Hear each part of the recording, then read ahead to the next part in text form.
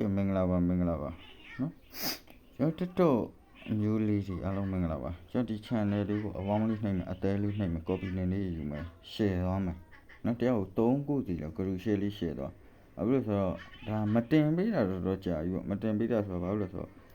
ကျွန်တော် community လည်းညှိတာပါညာနဲ့အဲ့လိုမတင်ပေးတာတွေရှိတယ်ဟိုကကျွန်တော်တို့ဒါ8လပိုင်းပေါ့နော်8လပိုင်း3ရက်4ရက်5ရက်မှာပေါ့မိတ်ဆွေတို့စာရိုးလေးလောက်ကမယ်နော်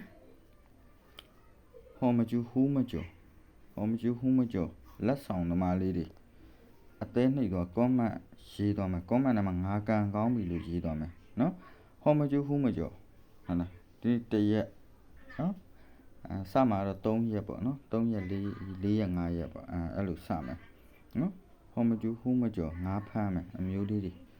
နော်ဟောမကျူးဟူးမကျော်ငါဖမ်းတဲ့နေရာမှာတေချာလေးဖမ်းမယ်ဘာလို့ဆိုတော့လက်ကလေးတွေအယိုးမဆူးအောင်လို့နော်လက်ကလေးတွေအယိုးမဆူးအောင်လို့ဟောမကျူးဟူးမကျော်ငါဖမ်းမယ်တေချာဖမ်းနော်